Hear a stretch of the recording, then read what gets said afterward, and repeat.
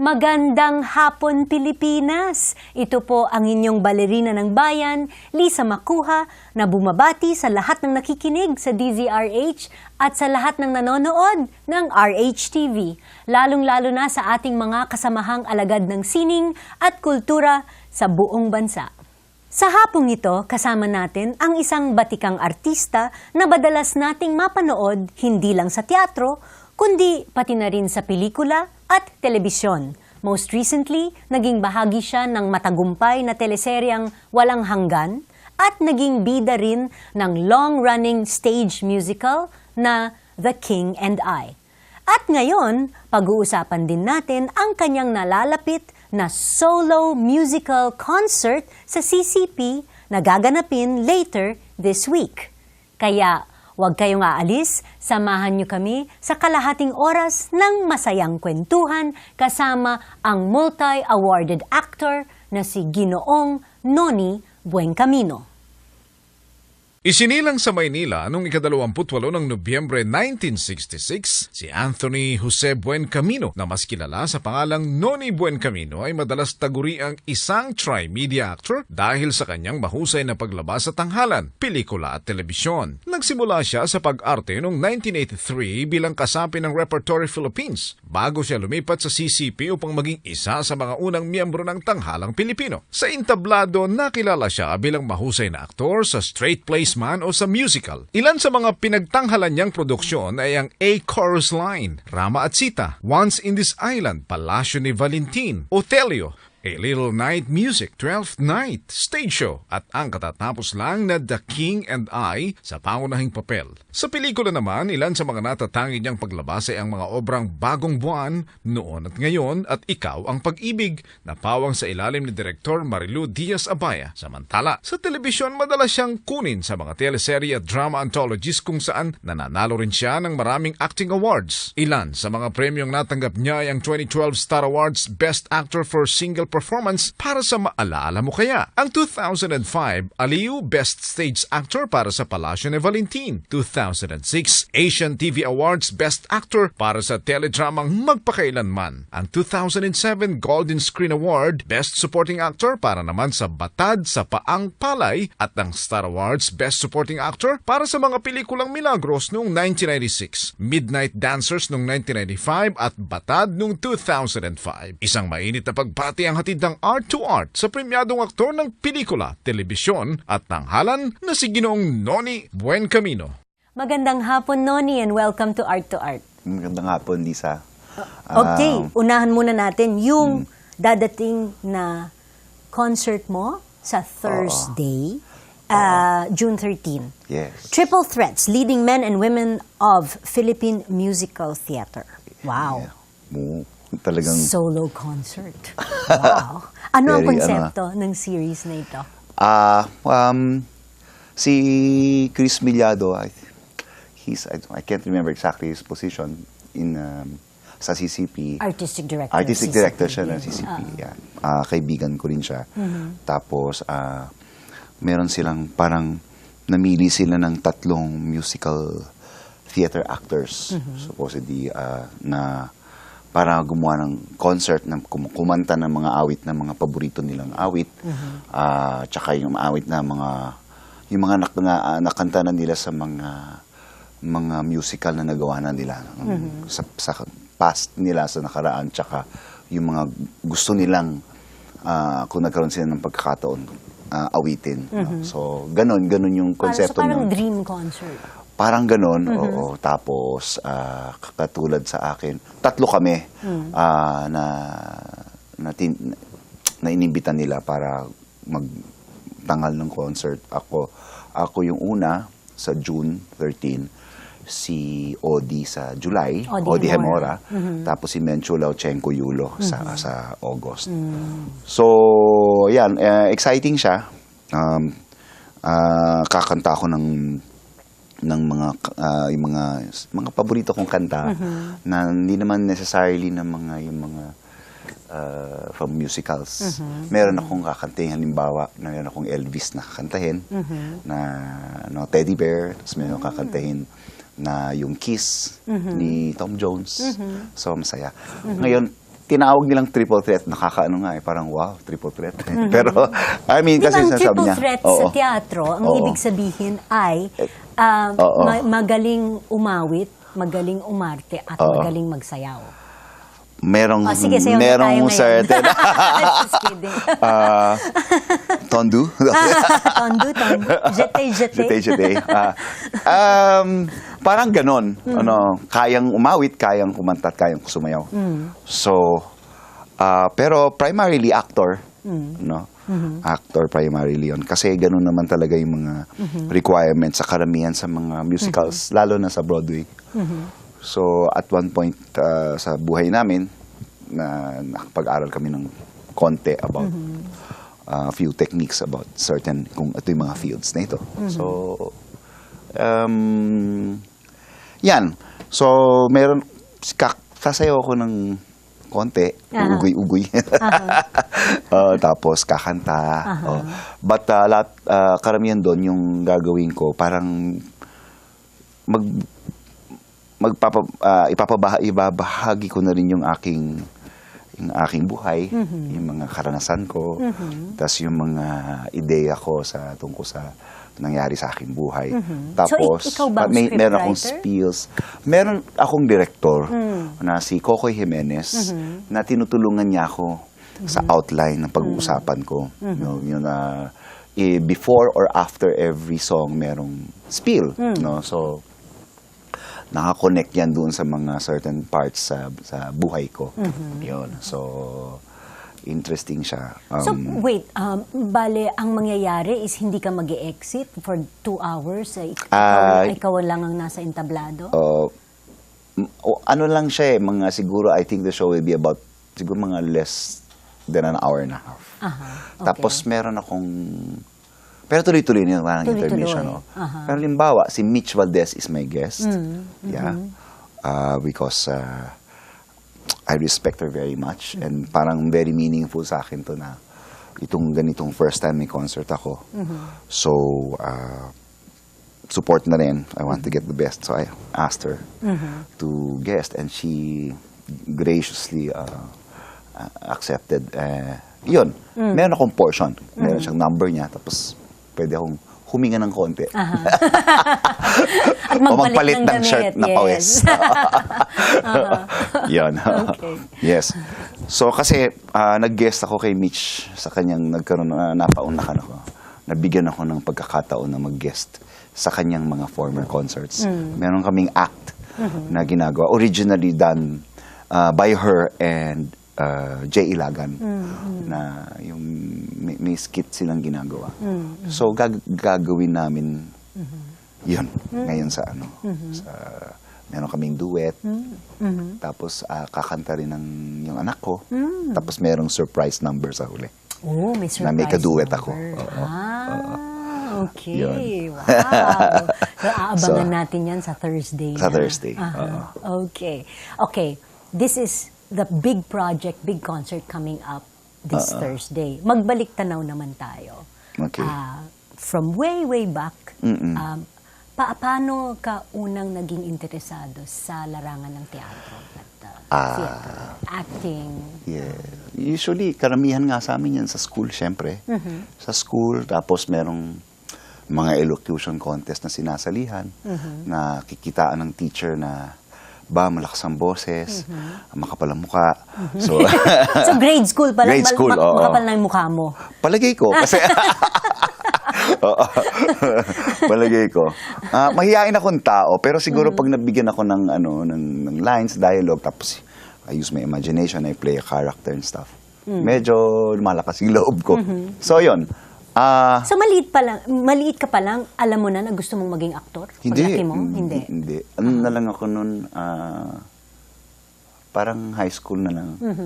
Nung sumali ako sa Repertory Philippines. Pero kasi nung grade school, yan, elocution contest. Tapos nasa Ateneo ako, lumipat ako sa kaklase ko yung kapatid mo. Si Jerry. Si Jerry. Makuha, oo. Madaming years, we were good friends. Tapos, sabay kami. Tapos nagsabay pa kami sa Repertory Philippines na first time ng theater workshop. Nung second year, High school ako. Tapos, sumali ako sa musicals. Musical theater. And tuloy-tuloy na yun. Then I was at the same time, I was still in school, high school. So, ini-encourage naman ako ng yung tinuturing kong parang guru or mentor ko, si Paul Dumol, na who is a playwright, director. So, medyo gina-guide niya ako kung saan yung papasukin ko, kung saan ako sasaling company. Sabi niya, sumali daw ako sa Repertory Philippines. Tapos yun, tuloy-tuloy na yun. Tuloy-tuloy na. Oo, hanggang sa lumipat ako sa Cultural Center. Pero mostly mga musicals. Yan, musicals. Sa CCP, sumali ako dun sa resident theater company nila. Yung first time, kami ng wife ko, si Shaming. Kami yung pioneering group ng mga actors sa Actors Company sa CCP. Yun. Tapos palipat-lipat, freelance actor na. Then I got married, we had children, and we decided kailangan namin maghanap buhay. Ganun At kumita at maging komportable. Gusto namin padala yung mga anak namin sa magagandang eskwelahan, at least man lang. So, at kumain ng maayos. So, kulang ang theater. Kulang para sa pamilya. Pumasok ako sa larangan ng showbiz, bilang artista, sa TV, yan, sa pelikula. Yun. At the same time, pabalik-balik sa musicals, sa theater. So would you say na musicals pa rin ang first love mo?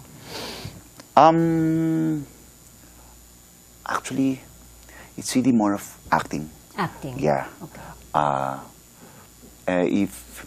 Kahit dun sa, pero, kumakanta rin ako, pag ang gusto ko kasi yung pag-interpret ng kanta. Oo. Yun So what ganun. would you say would be your biggest break as an actor? Biggest break? Yeah. Sa showbiz? No, especially when you were beginning as a when theater I was actor. beginning. Oo. Ano yung biggest break mo? What, kumbaga, parang put you in the limelight? Meron kasing isang year na sa Tanghaling Pilipino na magaganda yung mga nakuha kong roles. Parang 3 o 4. Tapos noon, merong parang group of young writers, yung Young Critics Circle, during the time na may citation sila ng mga magagandang performances. Tapos may pinipili sila yung best performance. For that particular year, I think I did a few plays, mga 3 yata. Memorandum, and then this monologue on Antonio Luna. And then I think it was the same year na may ginawa akong Japanese play na I played a Japanese during the time of the Inquisition of the Christians. And I was cited for all 3 for that year. So, if it's a break, it might be that. It might be that. Tapos then I got more lead roles sa mga sarsuelas. Yeah, sarsuelas. In the 90s. Tsaka yun. And yan. Yeah. Sa showbiz naman, ano yung biggest Sa break showbiz, mo? Oo. well, one break that I got, I think, kasi I would consider it a break kasi nagkaroon ako ng lines. Speaking lines. Actual lines, Yeah, hooray! to speak. Okay. So, this was in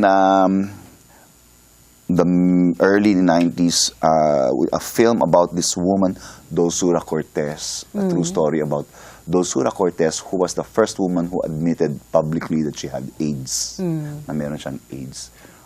Ako yung nag-play ng isa sa mga asawa niya, na partners niya na medyo ina-abuse siya. Yun.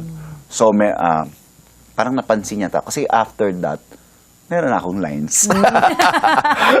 Lagi ka nang may lines. So, yun. Okay. So, I got, then later, I went on to play supporting roles.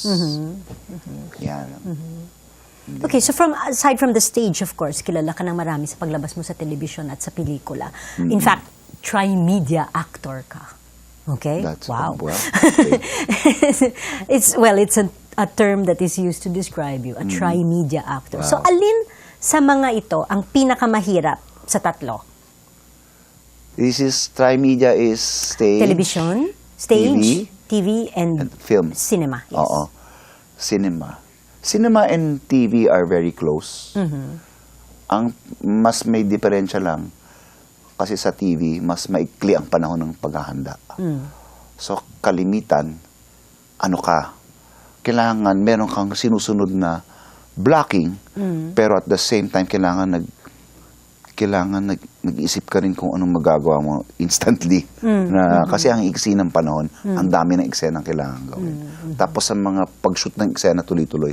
So parang gitna siya ng cinema tsaka ng stage. Ang pinakamahirap, ang stage, ang theater. No? Pero mahirap siya kasi walang cut. Tuloy-tuloy, pinaghahandaan ng matagal. Kailangan paghandaan. May proseso. Kailangan kang, yun.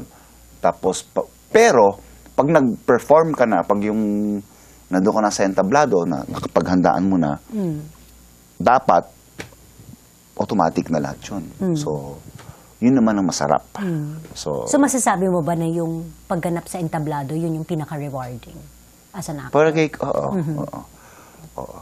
Ang sinasabi ko nun sa iba noon, yung ang rewarding naman para sa cinema tsaka sa TV. Mas mataas ang sweldo. Mataas ang sweldo. That's one. Yes. Pangalawa,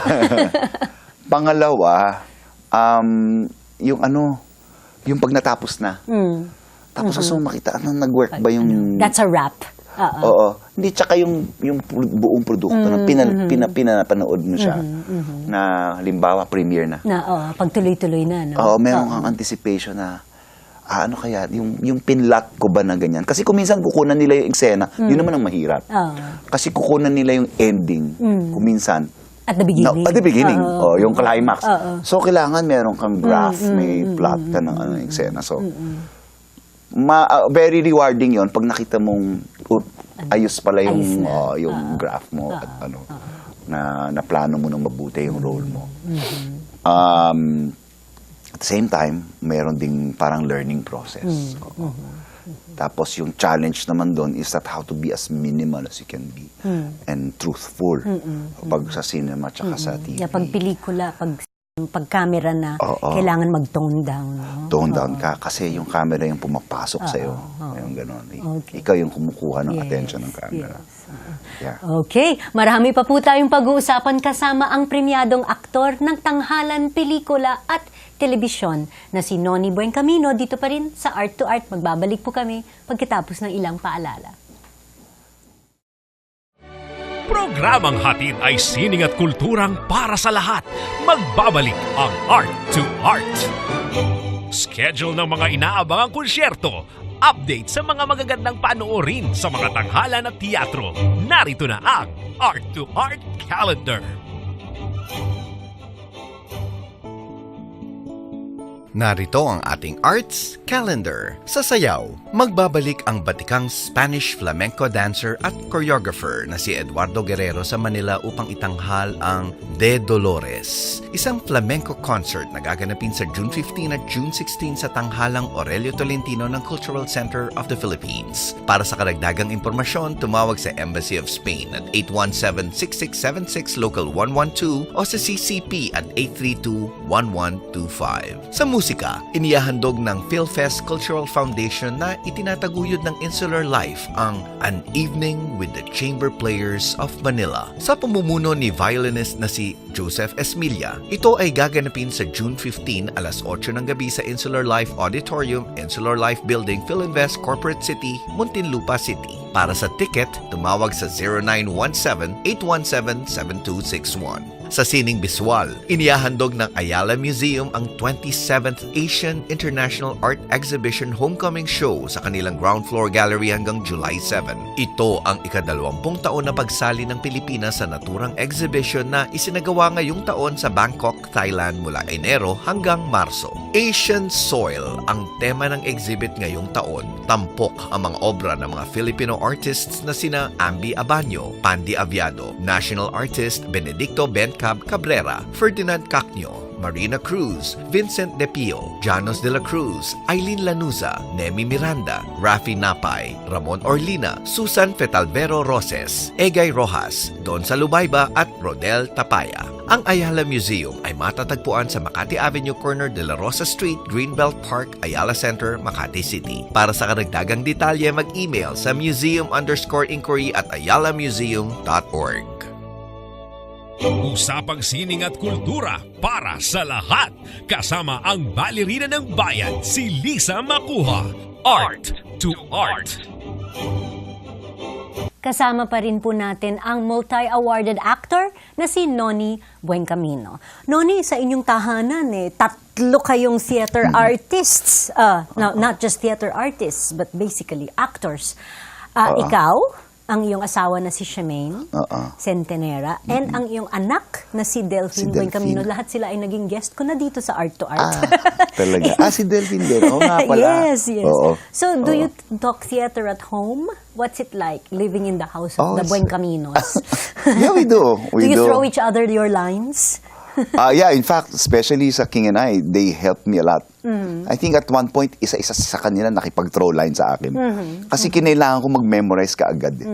So, pagdating ng Pasko, in December, kahit na nagbi-beach kami, nakasakay kami sa crossing to Karamoan, nakasakay kami sa bangka, tapos tino-throw lines ako ni Shemaine. What? Ayan. Yan, ganun.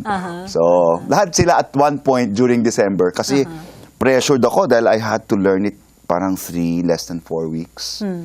So, they were helping me a lot. Yeah. Tsaka very sila. Yeah, we talk. We talk about performances. We give each other constructive criticism. Yan. When we watch each other. So, I think it's quite healthy. Yeah. So, kailan nyo na-realize na mag-asawa na may talent si Delphine? Kailan ba? Kasi nagbibigay kami noon, tumira kami sa Los Baños, Laguna for 8 years.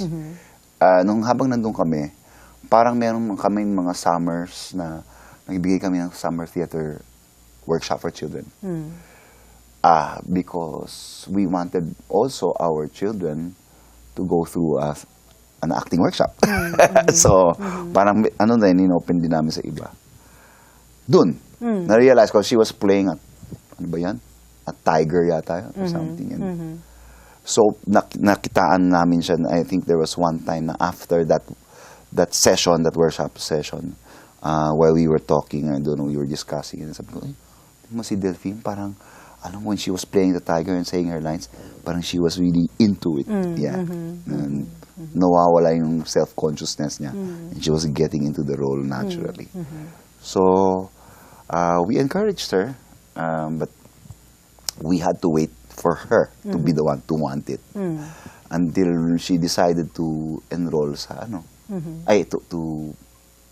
to apply audition sa Makiling Philippine High School for the Arts. So you encouraged her?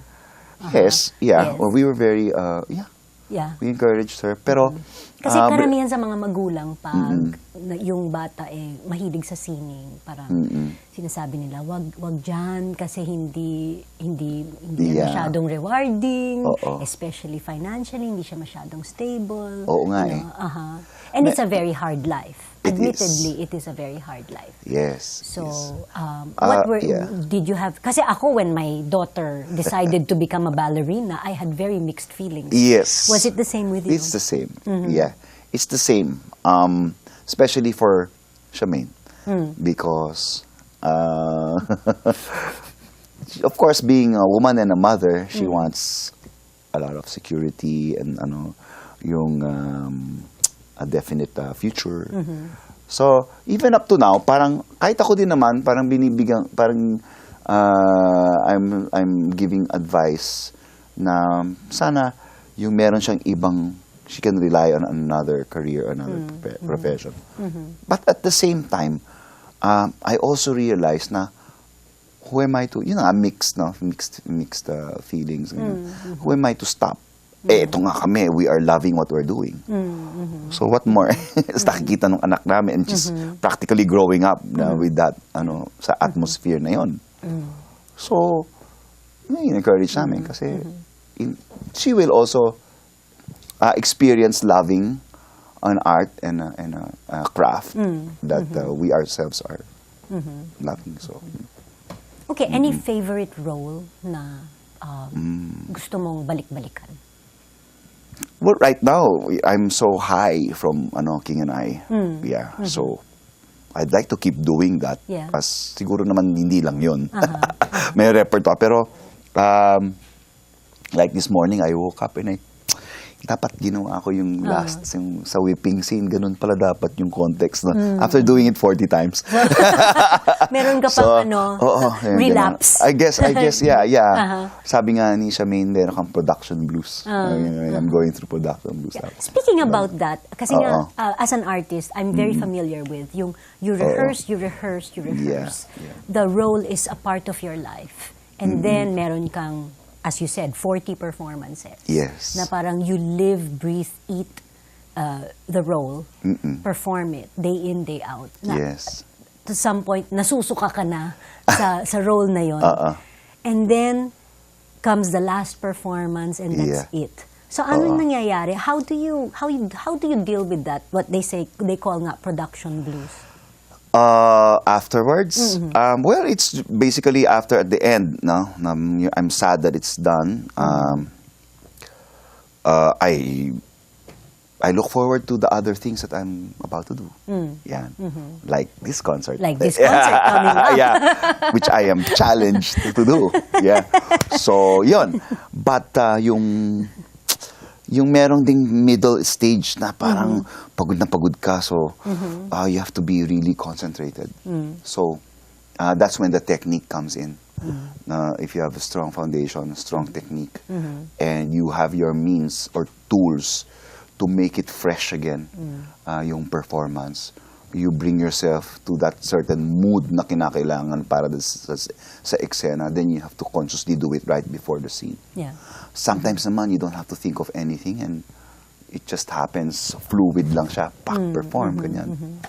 So, in the beginning, the first stage of the run, yung nangingibabaw naman, yung nervyos. So, in anticipation ka na, no? Anong ginagawa mo pag ninenervyos ka? Ano nga ba? Any rituals before a performance? Slow-paced breathing. Yeah. From Lamas. Okay. Slow-paced Nakatulong pala yung Lamas. Oo. Yeah, just, kasi pag ninenervyos, naninigas, tsaka yung tense relax, sa Lamas din yun. So you have to be really aware of what is tense and what kung naninigas sa katawan mo, so you have to, okay, relax that. So sometimes when you're on stage and then it's opening night, sometimes tumitigas yung legs ko o yung knees ko. So, okay, while I'm doing it, I have to be in my scene, but at the same time, I have to acknowledge that. So I have to relax my knees. Then it goes down. Most embarrassing moment Most embarrassing moment? on stage? Okay. May nangyari? Yeah, Marami. marami. But what I can remember right now was in the earlier days when I did La Cage aux Folles with Rep, and the jacket of my tooth fell. Oh, my Lord. Yeah. Okay. It was loose, and I was speaking, and boom, it flew. Tumilapon. Yeah, and it was a quiet scene, so you could hear it tick, tick, tick, tick, tick. So, I had to run downstage. So, paano ka nag-recover nun? I had to run downstage and pick it up. Exit. I didn't want to lose it. It's expensive. Yun yung, So, sa pag live theater talaga, anything can happen. anything can happen. And you have to acknowledge whatever happens. Yeah, Speaking of yeah. theater, actually maraming nagsasabi in theater now na parang may resurgence, parang may rebirth ng Parang, mga theater productions. Yes. Parang biglang ang dami-daming mga theater productions, both local and international, coming Yes. to Manila. What do you think is the cause? I mean, what is the reason behind this? Parang may sudden interest in the theater. I can't really say, but one thing for sure, the difference, ang pinagkaiba ngayon, marami ng theater na nagbubukas. Maraming producer, Maraming mga grupo. maraming mga grupo theater nagpo-put artists. up, oo.